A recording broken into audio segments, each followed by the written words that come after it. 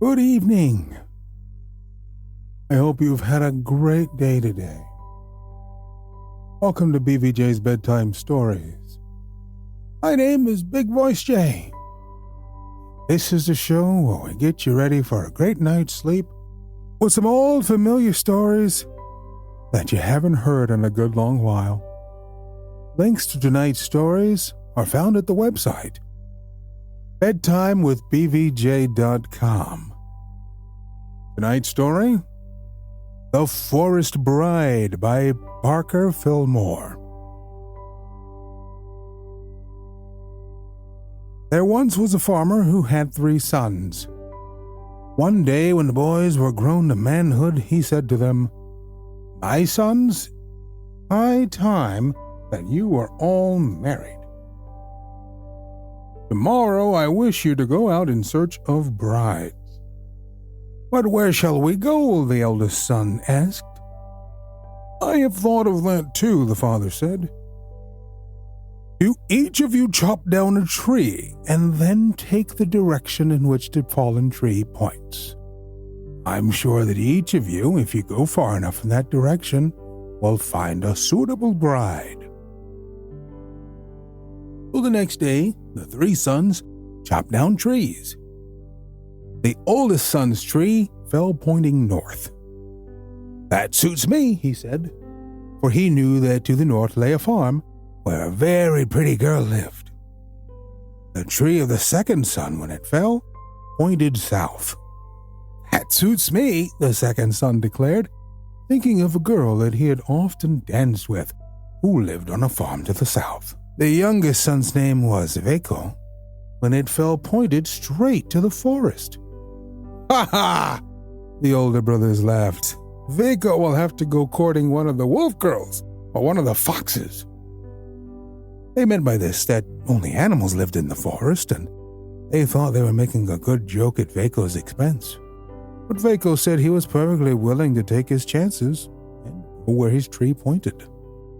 The older brothers went gaily off and presented their suits to the 2 farmers whose daughters they admired.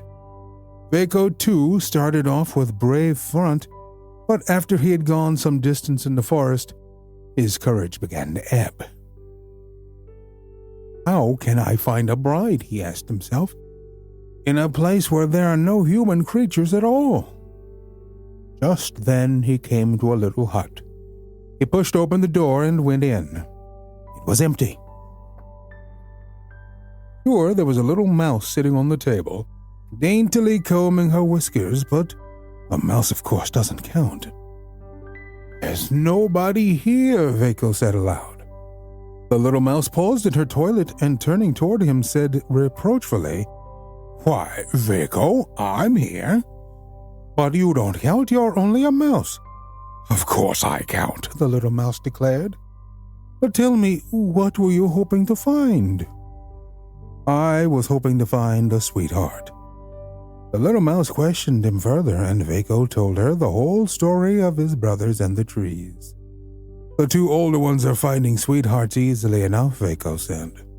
"But I don't see how I can off here in the forest, and it will shame me to have to go home and confess that I alone have failed." "Here, Veko," the little mouse said. "Why don't you take me for your sweetheart?" Veko laughed heartily. "But you're only a mouse. Who ever heard of a man having a mouse for a sweetheart?" The mouse shook her little head solemnly. "Take my word for it, Veko. You could do much worse than have me for a sweetheart. Even if I'm only a mouse, I can love you and be true to you." She was a dear, dainty little mouse, and as she sat looking up at Veko with her little paws under her chin and her bright little eyes sparkling, Veko liked her more and more. Then she sang Veko a pretty little song, and the song cheered him so much that he forgot his disappointment at not finding a human sweetheart. And as he left her to go home, he said, "Very well, little mouse. I'll take you for my sweetheart." At that, the mouse made little squeaks of delight and she told him that she'd be true to him and wait for him no matter how long he was in returning. Well, the older brothers, when they got home, boasted loudly about their sweethearts. "Mine," said the oldest, "has the rosiest, reddest cheeks you ever saw. And mine," the second announced, "has long yellow hair." Vaco said nothing. "What's the matter, Vaco?" the older brothers asked him, laughing. "Has your sweetheart pretty pointed ears or sharp white teeth?" See, they were still having their little joke about foxes and wolves. "You needn't laugh," Vaco said. "I've found a sweetheart. She's a gentle, dainty little thing gowned in velvet." "Gowned in velvet?" echoed the oldest brother with a frown. "Just like a princess," the second brother sneered. "Yes," Vaco repeated. "Gowned in velvet like a princess. And when she sits up and sings to me, I'm perfectly happy." "Huh!" grunted the older brothers, not at all pleased that Vaco should have so grand a sweetheart. "Well," said the old farmer after a few days, "now I should like to know what these sweethearts of yours are able to do. Have them each bake me a loaf of bread so that I can see whether they're good housewives." "Mine will be able to bake bread, I'm sure of that," the oldest brother declared boastfully. "So will mine," chorused the second brother. Vaco was silent. "What about the princess?" they said with a laugh. "Do you think the princess can bake bread?" "I don't know," Vaco answered truthfully. "I'll have to ask her." Of course, he had no reason for supposing that the little mouse could bake bread, and by the time he reached the hut in the forest, he was feeling sad and discouraged. When he pushed open the door, he found the little mouse as before, seated on the table, daintily combing her whiskers. At sight of Vaco, she danced about with delight. "I'm so glad to see you," she squeaked. "I knew you would come back." Then, when she noticed that he was silent, she asked him what was the matter. Vaco told her. "My father wants each of our sweethearts to bake him a loaf of bread. If I come home without a loaf, my brothers will laugh at me." "You don't have to go home without a loaf," the little mouse said. "I can bake bread." Vaco was very much surprised at this. "I never heard of a mouse that could bake bread." "Well, I can," the little mouse insisted. With that, she began ringing a small silver bell, tinkle, tinkle, tinkle. Instantly, there was the sound of hurrying footsteps, tiny scratchy footsteps, and hundreds of mice came running into the hut. The little princess mouse, sitting up very straight and dignified, said to them, "Each of you go fetch me a grain of the finest wheat." All the mice scampered quickly away, and soon returned one by one, each carrying a grain of the finest wheat. After that, it was no trick at all for the princess mouse to bake a beautiful loaf of wheaten bread. The next day, the three brothers presented their father the loaves of their sweethearts' baking. The oldest one had a loaf of rye bread. "Very good," the farmer said. "For hard-working people like us, rye bread is good." The loaf the second son had was made of barley. "Barley bread is also good," the farmer said. But when Vaco presented his loaf of beautiful wheaten bread, his father cried out, "What? White bread? Ah, Vaco now must have a sweetheart of wealth." "Of course," the older brother sneered. "Didn't he tell us she was a princess?" "Say, Vaco, when a princess wants fine white flour, how does she get it?" Vaco answered simply. "She rings a little silver bell, and when her servants come in, she tells them to bring her grains of the finest wheat." At this, the older brothers nearly exploded with envy until their father had to reprove them. There, he said. "Don't grudge the boy his good luck. Each girl has baked the loaf she knows how to make, and each in her own way will probably make a good wife. But before you bring them home to me, I want one further test of their skill in housewifery. Let them each send me a sample of their weaving." The older brothers were delighted at this, for they knew that their sweethearts were skillful weavers. "We'll see how her ladyship fares this time," they said, sure in their hearts that Vaco's sweetheart, whoever she was, would not put them to shame with her weaving. Vaco, too, had serious doubts of the little mouse's ability at the loom. Whoever heard of a mouse that could weave? He said to himself as he pushed open the door of the forest hut. "Oh, there you are at last," the little mouse squeaked joyfully. She reached out her little paws in welcome, and then in her excitement, she began dancing about on the table. "Are you really glad to see me, little mouse?" Vaco asked. "Indeed I am," the mouse declared. "Am I not your sweetheart? I've been waiting for you and waiting, just wishing that you would return. Does your father want something more this time, Vaco?" "Yes, and it's something I'm afraid you can't give me, little mouse." "Perhaps I can. Tell me what it is." "It's a sample of your weaving. I don't believe you can weave. Never heard of a mouse that could weave." "Tut, tut," said the mouse. "Of course I can weave. It would be a strange thing if Vaco's sweetheart couldn't weave." She rang the little silver bell, tinkle, tinkle, tinkle, and instantly there was the faint scratch of 100 little feet as mice came running in from all directions and sat up on their haunches awaiting their princess's orders. "Go, each of you," she said, "and get me a fiber of flax, the finest there is." The mice went scurrying off, and soon they began returning, one by one, each bringing a fiber of flax. When they had spun the flax and carded it, the little mouse wove a beautiful piece of fine linen. It was so sheer that she was able, when she folded it, to put it into an empty nutshell. "Here, Vaco," she said.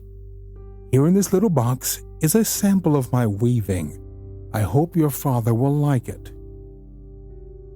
When he got home, Vaco felt almost embarrassed, for he was sure that his sweetheart's weaving would shame his brothers. So at first he kept the nutshell hidden in his pocket. The sweetheart of the oldest brother had sent as a sample of her weaving a square of coarse cotton. "Not very fine," the farmer said, "but good enough." The second brother's sample was a square of cotton and linen mixed. "A little better," the farmer said, nodding his head. He turned to Vaco. "And you, Vaco, has your sweetheart not given you a sample of her weaving?" Vaco handed his father a nutshell, at sight of which his brothers burst out laughing. They laughed. Vaco's sweetheart gives him a nut when he asks for a sample of her weaving. But their laughter died as the father opened the nutshell and began shaking out a great web of the finest linen. "Why, Vaco, my boy," he cried, "however did your sweetheart get threads for so fine a web?" Vaco answered modestly. Rang a silver bell and ordered her servants to bring her in fibers of finest flax. Did so, and after they had spun the flax and carded it, my sweetheart wove the web you see. "Wonderful," gasped the farmer. "I have never known such a weaver. The other girls will be all right for farmers' wives, but Vaco's sweetheart might be a princess. Well," concluded the farmer, "it's time that you all brought your sweethearts home. I want to see them with my own eyes. Suppose you bring them tomorrow." "She's a good little mouse, and I'm very fond of her," Vaco thought to himself as he went out to the forest. "Brothers will certainly laugh when they find out she's only a mouse. Well, I don't care if they do laugh. She's been a good little sweetheart to me, and I'm not going to be ashamed of her." So when he got to the hut, he told the little mouse at once that his father wanted to see her. The little mouse was greatly excited. "I must go in proper style," she said. She rang the little silver bell and ordered her coach and 5. The coach, when it came, turned out to be an empty nutshell, and the 5 prancing steeds that were drawing it were 5 black mice. The little mouse seated herself in the coach, while the coachman mouse on the box in front of her, and a footman mouse on the box behind her. "Oh, how my brothers will laugh," thought Vaco. But he didn't laugh. He walked beside the coach and told the little mouse not to be frightened, that he would take good care of her. His father, he told her, was a gentle old man and would be kind to her. When they left the forest, they came to a river, which was spanned by a footbridge. Just as Vaco and the nutshell coach had reached the middle of the bridge, a man met them coming from the opposite direction. "Mercy me!" the man exclaimed as he caught sight of the strange little coach that was rolling along beside Vaco. "What's that?" He stooped down and looked, and then, with a loud laugh, he put out his foot and pushed the coach. Little Mouse, her servants, and her 5 prancing steeds all off the bridge and into the water below. "What have you done? What have you done?" Vico cried. "You've drowned my poor little sweetheart." The man, thinking Vico was crazy, hurried away. Vico, with tears in his eyes, looked down into the water. "You poor little mouse," he said. "How sorry I am that you drowned.